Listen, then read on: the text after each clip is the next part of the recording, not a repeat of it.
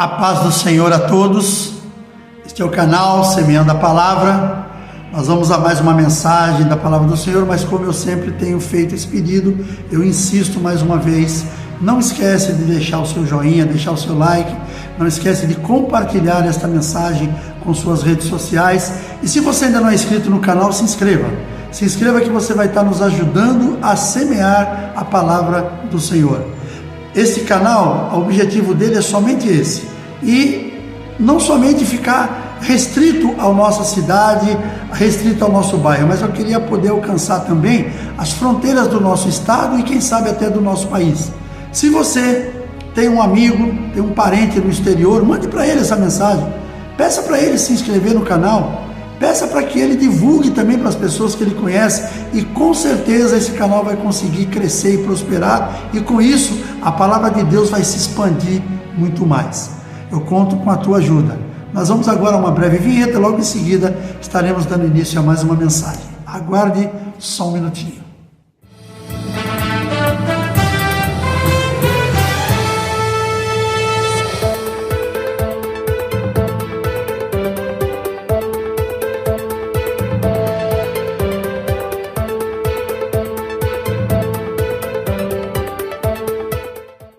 Muito obrigado por você ter me aguardado até aqui. Se você tiver de posse da sua Bíblia, abra comigo no livro de Juízes, capítulo 9, nós vamos ler a partir do verso 8 até o 15. Juízes, capítulo 9, a partir do verso 8, diz assim a palavra do Senhor. Foram uma vez as árvores a ungir para si um rei, e disseram à oliveira: reina tu sobre nós. Porém a oliveira lhes disse: deixaria eu a minha gordura que Deus e os homens em mim prezam, e iria labutar sobre as árvores? Então disseram as árvores à figueira: vem tu e reina sobre nós. Porém a figueira lhes disse: deixaria eu a minha doçura, o meu bom fruto, e iria labutar sobre as árvores? Então disseram as árvores à figueira: vem tu e reina sobre nós. Porém a figueira lhes disse: deixaria eu o meu mosto, que alegra a Deus e aos homens, e iria labutar sobre as árvores? Então todas as árvores disseram ao espinheiro: vem tu e reina sobre nós. E disse o espinheiro às árvores: se na verdade me ungis rei sobre vós, vinde e confiai-vos debaixo da minha sombra. Mas se não, saia fogo do espinheiro que consuma os cedros do Líbano. Querido, isso que nós estamos lendo aqui é uma passagem do livro de Juízes, e eu quero, nesta mensagem, estar falando sobre o cristão e a política. Quando a gente lê isso aqui, a gente vê, por exemplo, podemos colocar aí como apenas um alerta, né? Quando a gente não coloca a pessoa certa para dirigir as instituições que nós temos dentro da nossa nação, daquelas que são eleitos pelo povo, seria a Câmara de Vereadores, estadual, federal, prefeitos, senadores, presidente, nós entregamos, quando nós não fazemos da maneira correta, nós entregamos na mão de pessoas inescrupulosas, pessoas que não têm o mínimo compromisso com o povo, apenas com o poder e muitas vezes com as riquezas. Então esse tipo de mensagem eu tenho colocado cada 2 anos no meu canal, e hoje não será diferente. Como nós estamos próximos das eleições municipais, que vai ser logo na primeira semana do próximo mês, então eu quero colocar para nós isso aqui. Quero dizer para você que está me ouvindo, eu não estou aqui para falar de nenhum político, não vou falar de nenhum candidato a nada, mas eu quero dar um alerta para nós como devemos votar, porque se a gente votar errado, depois que passar o período das eleições, que a pessoa começar a governar ou a legislar, aí não dá mais, porque aí nós vamos sofrer as consequências. Então eu quero trazer uma mensagem para nós voltado para isso, o que é muito importante a gente poder entender. Primeiramente, no que se diz respeito à política, o povo de Deus precisa eliminar alguns conceitos que ele tem sobre política. Eu já tive isso no passado, de achar que política e religião, política e igreja não se misturam. tem que se fazer uma separação disso. Política e igreja não dá certo. Político em cima de púlpito não dá certo. Mas espera um pouquinho. O cristão, ele precisa votar em alguém. Se nós olharmos, por exemplo, vamos trazer agora apenas como ensinamento, como é lá no Congresso Nacional em Brasília. O Congresso Nacional em Brasília tem uma bancada que eles chamam de bancada evangélica. E glória a Deus por essa bancada, porque muitas coisas que deveriam ter passado, que de certa forma iria consumir a igreja, ia punir a gente como cristão, a bancada evangélica não permite. Por quê? Porque são homens instituídos por Deus que ganharam eleições e que estão lá zelando pelos direitos do povo de Deus. E se nós, como cristãos, na nossa ignorância, nós acharmos que não precisa isso, sabe o que vai acontecer? A igreja vai ser engolida. Claro que a igreja pertence ao Senhor e Ele não vai permitir isso, mas a igreja vai sofrer muitas consequências.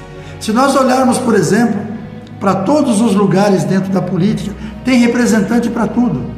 Tem representante, desculpe que eu vou falar, eu sei que posso até ser barrado, ser punido pela plataforma, mas ali dentro das câmaras municipais, estaduais e federais, Senado, nós temos defensor de traficante, nós temos defensor de aborto, nós temos defensor de drogas, nós temos defensor de pessoas que querem implantar ideologia de gênero nas nossas crianças, nós temos defensor de bandido, de facções criminosas. E se nós não tivermos pessoas para defender as causas do povo de Deus, nós vamos perder, filhos. Nós vamos perder, meus amados. Nós vamos acabar perdendo todos os nossos direitos e vamos acabar amanhã, daqui a um tempo, talvez não aconteça no meu tempo, se a gente permitir isso, mas vai acontecer no tempo dos nossos filhos e netos, que eles vão ter que ministrar a palavra nos porões, escondidos, como era no tempo da perseguição que aconteceu logo depois que Jesus subiu aos céus. Então, vamos olhar com muito carinho essa questão política, e o que eu quero trazer para nós nesta mensagem é justamente isso. Eu quero trazer algumas alertas a respeito da questão política do nosso país, para que a gente não fique com essa, desculpe que eu vou falar, essa ignorância de achar que o crente não tem que se envolver com política. Eu acho que você não tem que se envolver dependendo do que é. Por exemplo, eu vou falar de uma questão minha, e eu respeito qualquer um que pense ao contrário. Eu não vejo com bons olhos pastor sendo candidato a nada. Eu acho que pastor tem que cuidar do rebanho. Pastor tem que cuidar do rebanho que Deus colocou em suas mãos. Mas nós vemos alguns pastores que fazem parte do Congresso Nacional, são deputados, são senadores, e eu creio que estão fazendo um bom trabalho, mas com isso eles de certa forma tiveram que se distanciar do rebanho. Então, se você tem um ministério, você é um pastor e tem um ministério para cuidar de vidas, não é lá no Congresso Nacional que você vai cuidar. Então lá deixa para as pessoas que são envolvidas nessa área, porque nós temos pessoas dentro das igrejas que gostam dessa peleja. Então essas pessoas têm que ser apoiadas por nós. Claro, temos que conhecer, saber o perfil dessa pessoa, ver o que ela apoia, e a gente tem que cuidar disso. Agora, o pastor, eu acho que o pastor, opinião minha, não estou aqui generalizando nada, mas a pessoa que discordar de mim eu até entendo, mas eu não quero de forma nenhuma que ninguém fique chateado comigo, mas eu acho que o pastor não é para estar na política. Ele pode sim apoiar alguém do seu próprio rebanho até, que vá para lá, alguém que ele tenha ensinado, alguém que ele tenha discipulado, e essa pessoa como discípulo dele sabe o que tem que fazer. Agora ele como pastor, você imagina, por exemplo, um pastor que ganhou para vereador. Aí acontece que lá num determinado dia ele tem uma reunião com os seus comandados ali da igreja, ele tem um trabalho que ele tem que fazer com os irmãos, aí chega uma convocação, porque vai acontecer um pleito lá na Câmara e vai ter uma votação, e se ele não tiver lá, aquilo ali pode dar problema. O que ele vai fazer? Ele vai ter que ir lá correndo. Aí ele vai se distanciando das ovelhas. Então, se é uma pessoa do rebanho, ele fala, vai e cuida do que tem que cuidar, e deixa que as ovelhas aqui eu cuido, e ponto final. Então, é apenas uma opinião minha. Pastor, na minha opinião, é para cuidar do rebanho que Deus colocou em suas mãos. Aqueles que são do rebanho, sim, pode ser indicado por esse pastor, já foi ensinado, discipulado por ele, vai ser muito mais fácil para ele trabalhar lá dentro, apesar de que lá não é um ambiente dos mais saudáveis. Amém, queridos? Então eu queria deixar essa palavra para todos nós sobre tudo isso que eu entendo que é a questão política.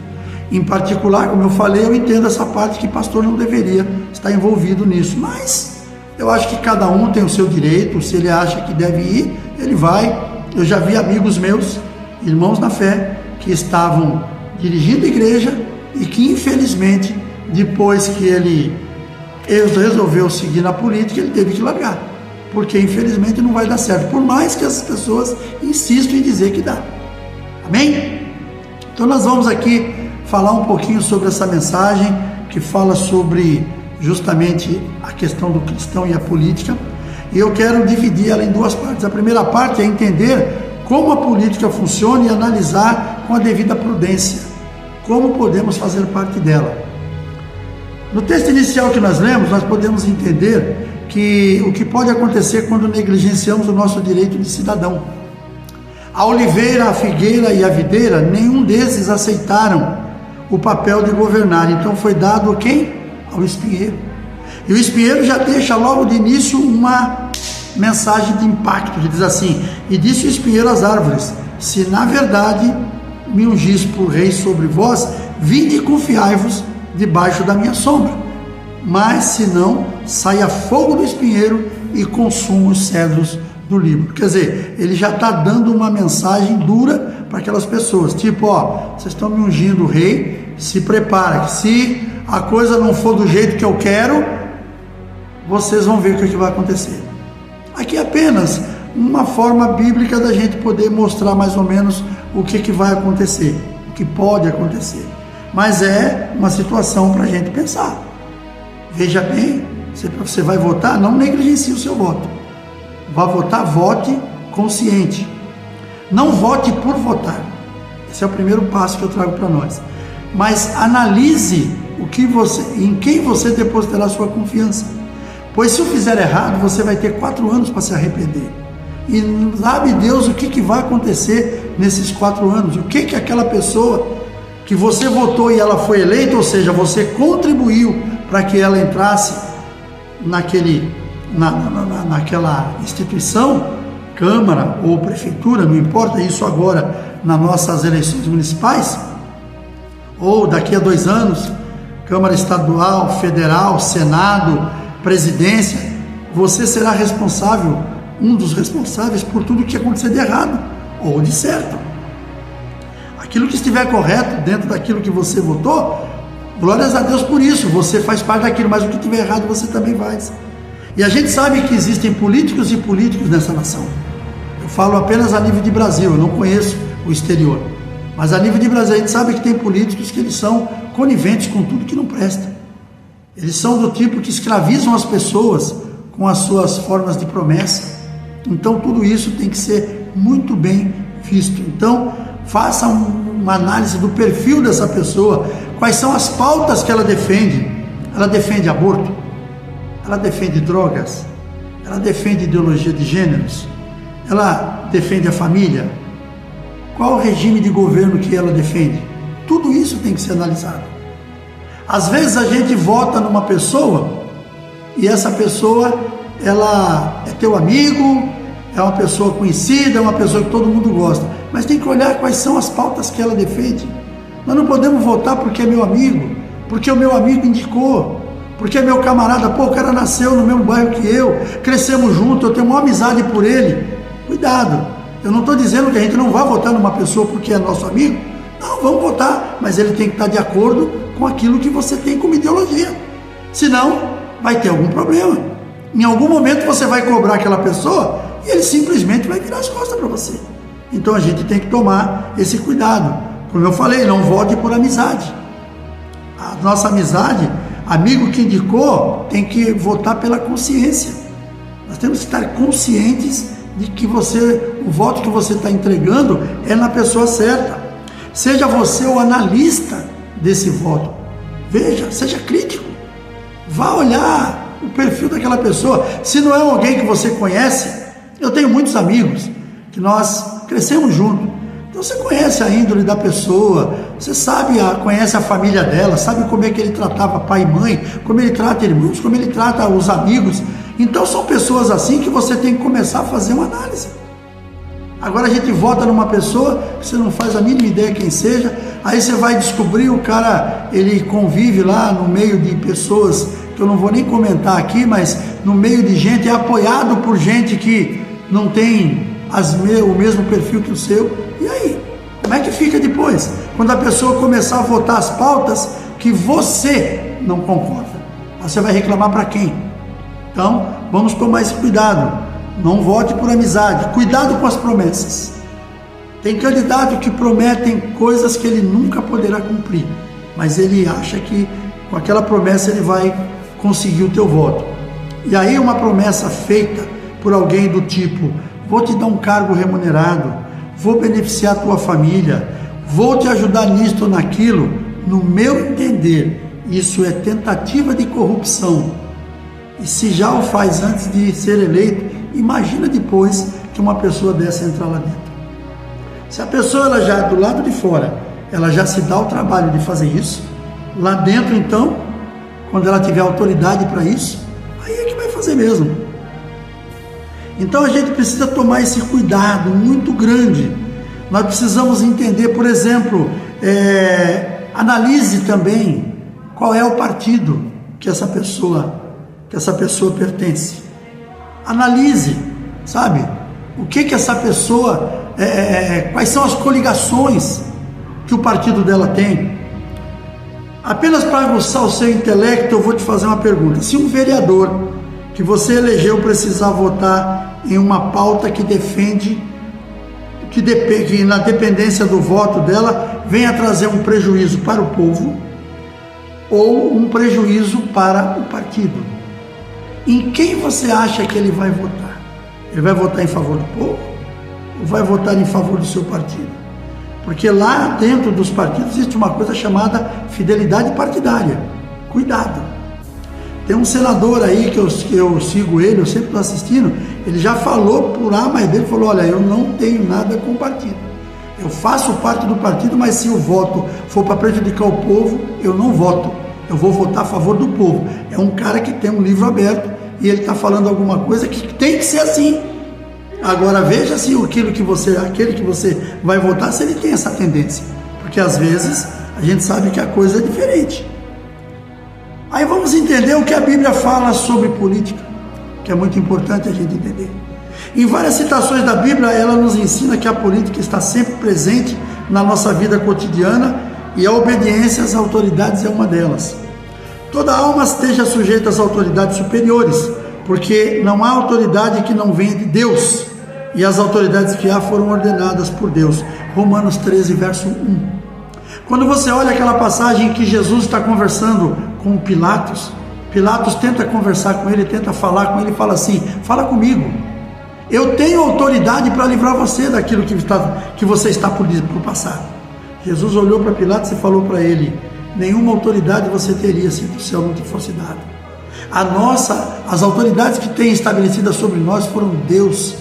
Foi Deus quem estabeleceu. Então nós precisamos obedecer. Claro que não se obedece pauta que vai contra a palavra de Deus. Isso não é só para mim que sou eleitor, é para quem foi eleito também. Porém, as pessoas lá dentro, se elas não estiverem alinhadas com a palavra de Deus, o que vai acontecer?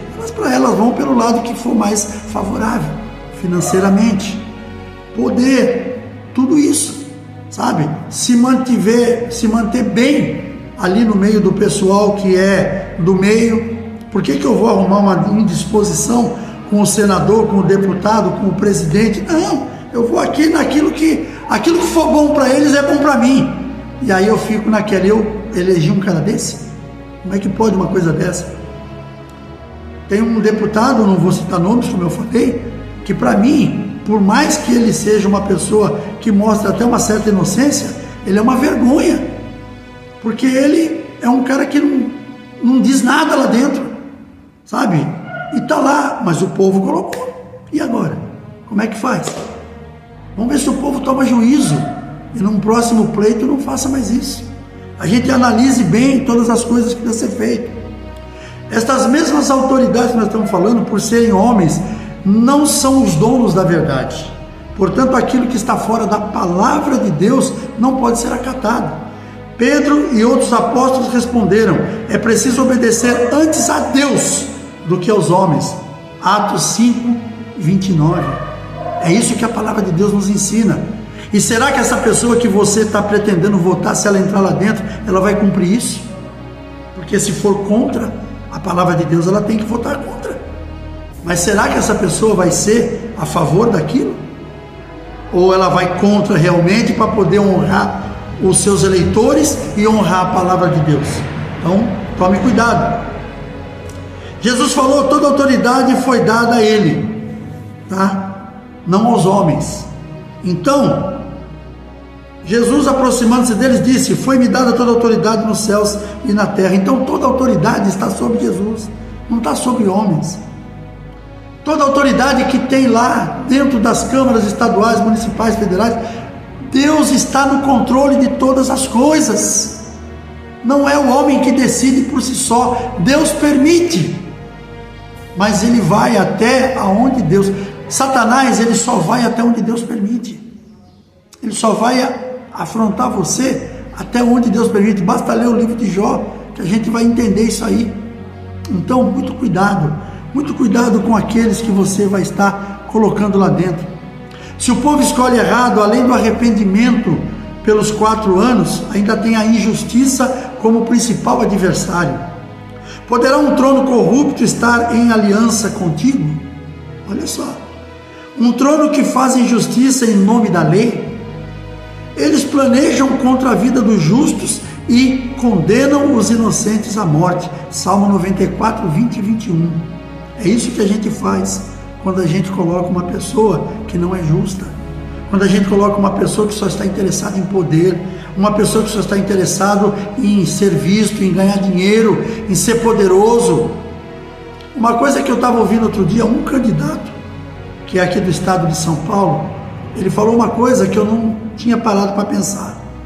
O corrupto, ele é um cara que ele é corrupto, mas ele até consegue muito dinheiro para ele, mas o maior desejo do corrupto, o maior trabalho do corrupto é favorecer outros corruptos, porque todo o dinheiro que eles juntam durante aqueles anos que eles estão ali no poder é para fazer com que outros corruptos assumam depois deles ou até junto com eles.